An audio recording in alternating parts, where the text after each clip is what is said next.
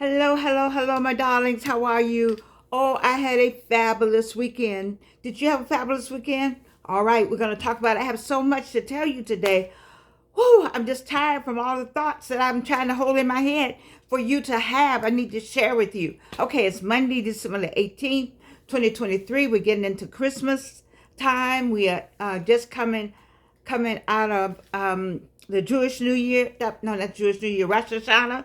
And then we'll be going into Kwanzaa right after Christmas. So it's just a busy, busy time, and in all of that, we all giving honor to God, you see. So I have so much to tell you.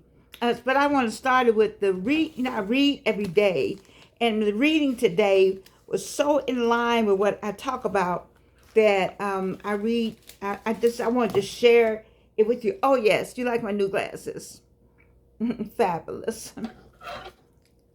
Fabulous. Still cat eye. All right. So what I want to read today was Lasting Joy. 65 and older. You know what? I looked at my analytics. I have very few 65 and older. Actually, people are 45 to 55. That's interesting. But anyway, I'm glad that I have you. But I have this whole thing about joy. Happiness is fleeting. Happiness is something that is man-made. Happiness is it's all man-made, but joy comes in the morning. Joy comes from a spiritual side. And so I have to get this light right in order for me to see, because I am a person of a certain age and I do need the light.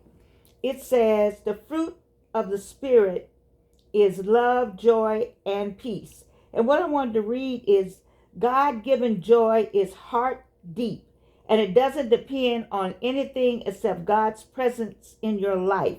You trust in His goodness, rely on His kindness, rest in His love. What could ever take away your joy? Joy, joy, joy, joy.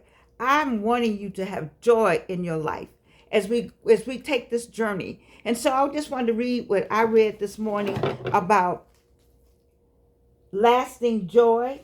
Dear Father, even when trouble comes my way, let your joy shine bright in my thoughts and attitudes. I know this life is only temporary and a perfect eternity is waiting for me.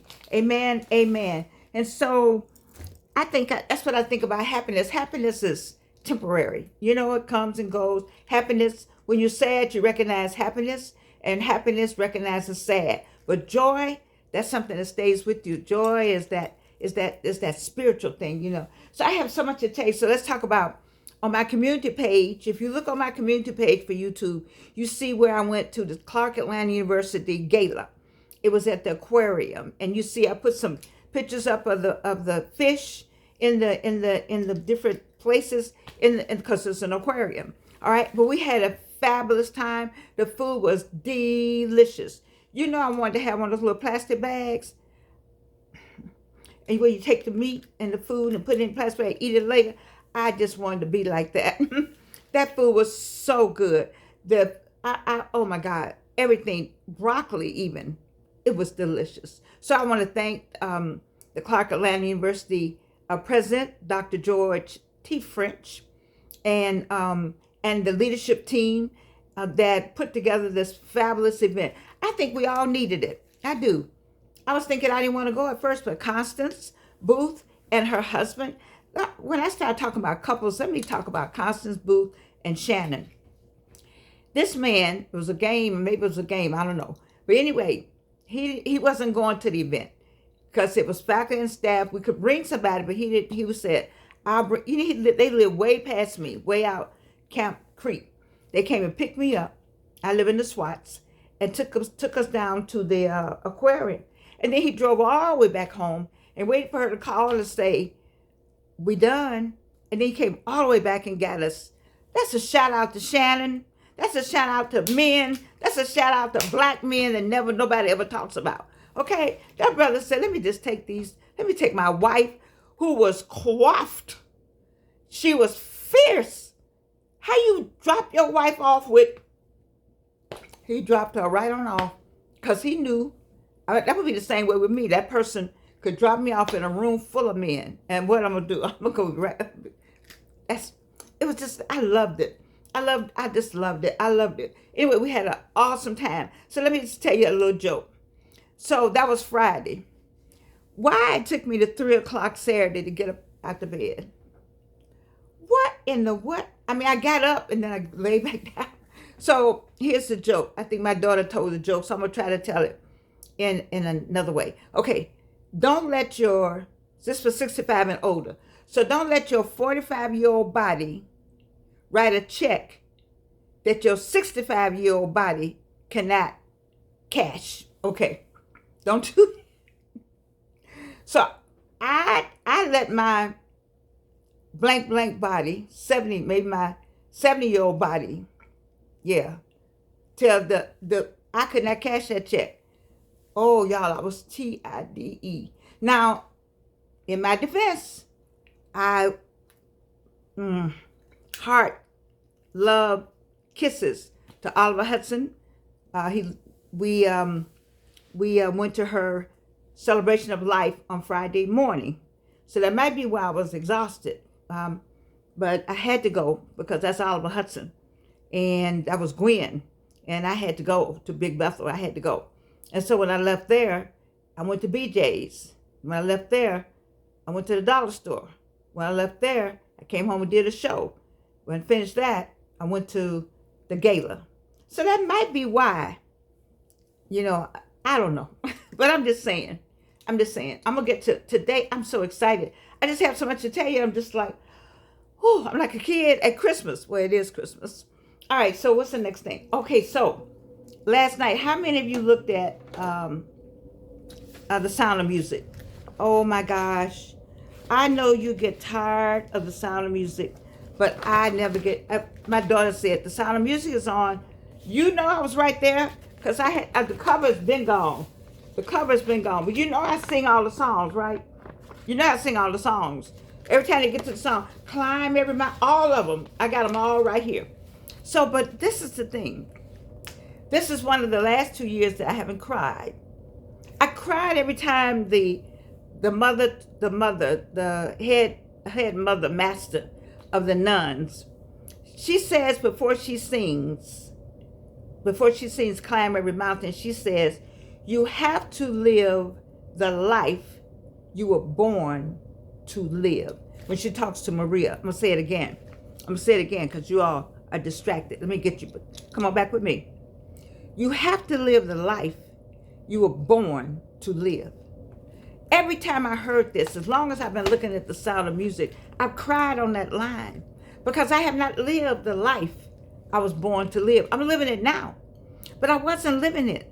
I was not living the life I was born to live. I was living a life that it fit into society. It fit into parental guidelines. It fit in the spousal guidelines. I'm sorry. It fit into the proper, what's proper and what's not proper. But it wasn't my life. And I know I carried all that around. And I promise you, with no breast cancer in our family history, I promise you all this came about. I'm going to show you in a minute. I'm going to tell you about it in a minute when I get to Dr. McGarry's book. So you have to live the life you were born to live. Young people that's watching this, whoever's watching this today, I don't know, I'm talking to somebody. I'm talking to somebody today. You have to live the life you were born to live.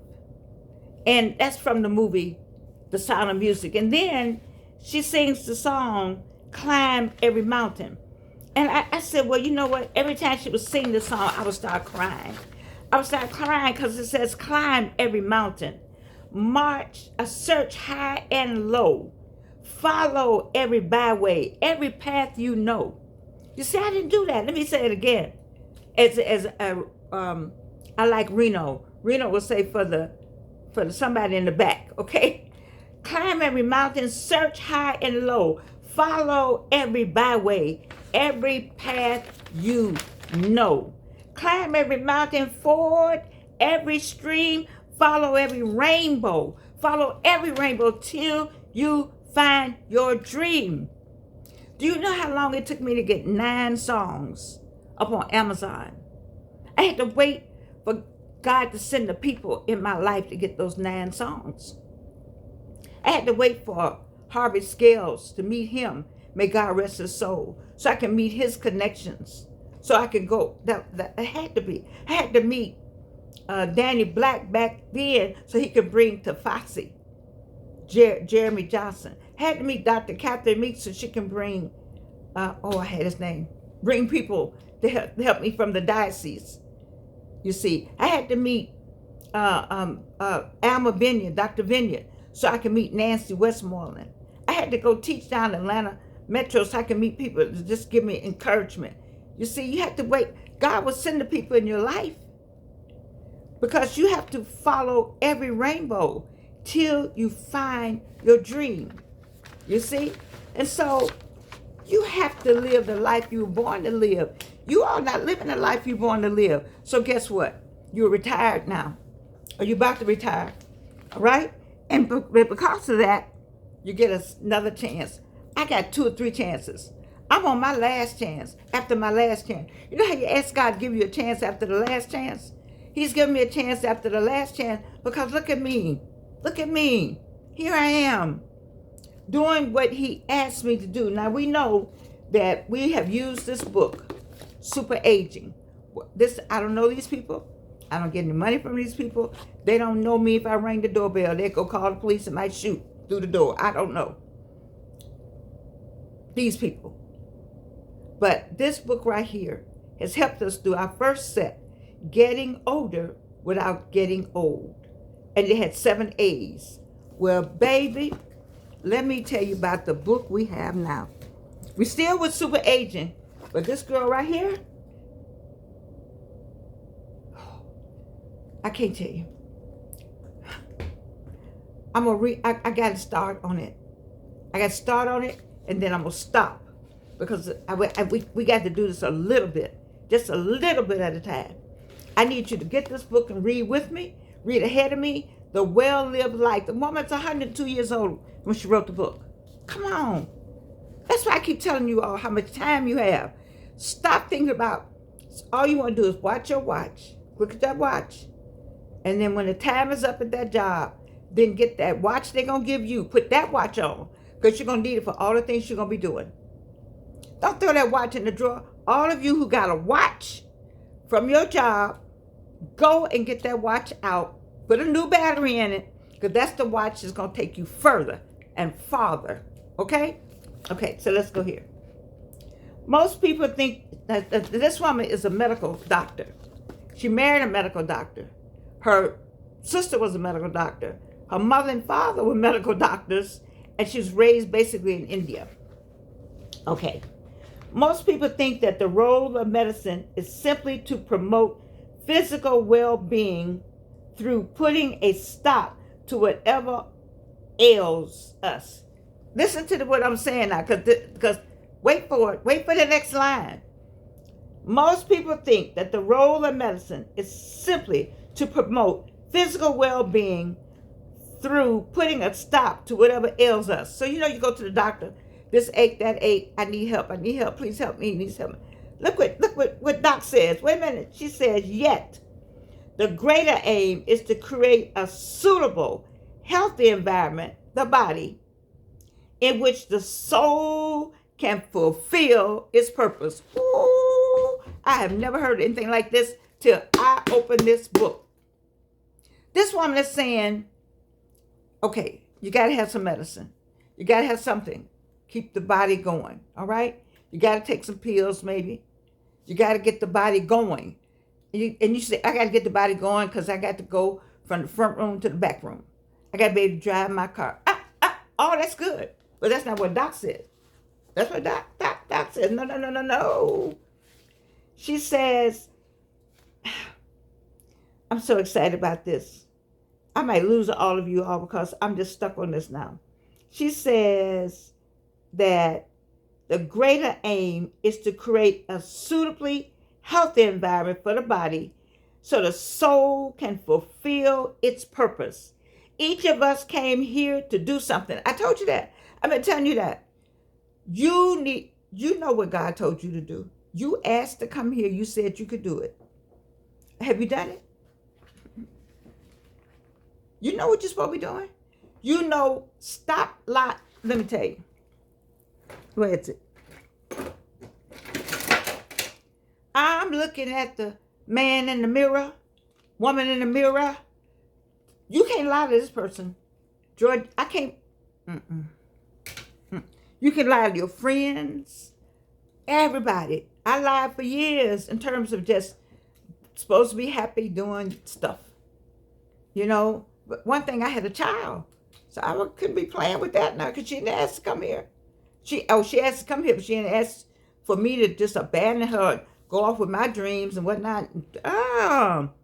People have to eat. People have to grow up. You know, you got to raise people correctly to be citizens that are worthy citizens, that citizens that do something. You just can't raise them up like animals. They got to have some, decorum and something going on with them, some brain, some intelligence. That takes time to raise a kid. You can't. So that's what I did. I don't know about the rest of y'all. See, as soon as I start talking about the Lord, you can hear every other sound in this house. But you know what? Devil can go on somewhere with all that. Let me go on what I'm saying. So the soul can fulfill this purpose. Okay, each of us came here to do something. And as I see it, true health has nothing to do with diagnosing a disease. True health has nothing to do with diagnosing a disease. Look at that. Whoever heard of such never heard of this. A prolonging life just for the sake of it. She says, okay, so you do the disease, you take care of that, you prolong life, but that's not what it's all about. That's not what it's all about. Listen to me. Here's the key. You ready? You listening? Got your notes? It's about finding out who we are. Did I start this show with talking about Georgianne, about who she was? And then did I do a lateral switch and say, let's find out who you are? The medicines and all of the things that's happening is to keep you here, for you to find out who you are. Then we have to pay attention to how we're called to grow and change. You hear that voice? You hear that voice. You know that voice. Sheep know their shepherd. You know the voice that speaks to you, that whispers to you. You know that voice. And then listen to what makes our heart sing. Baby, what makes your heart sing? What makes your heart sing? She has some exercises in this book. I can't even tell you. I can't even tell you. We haven't got to that. I'm right here. What makes your heart sing? You know. What are you doing about it? So you're retired now. Is the coffin, you picked out your coffin, you've written your obituary, you've written up all the stuff. All you're doing is writing up what you're going to make it happen. Because instead of getting another book and writing some goals and some wishes and some dreams, that'll happen. Whatever you write, that'll happen. So if you want to write up all the other negative stuff, go right ahead. And just jump right on in the coffin. All right? Give your clothes away. Make sure you get everything ready for your death, because it's on its way. Or you can have life. You can have what she says here. She says, why were you here? Why did you come here? Each of us came here to do something. What did you come here to do? What makes your soul sing? I'm going to stop on what makes your soul sing. Do you know how long it took me to get 9 songs up? This woman says how you live it in the movie. It says the Sound of Music. You got to live the life you are supposed to live. And that's what I'm asking you to do starting today. Every day I come on here. That's what I'm talking about.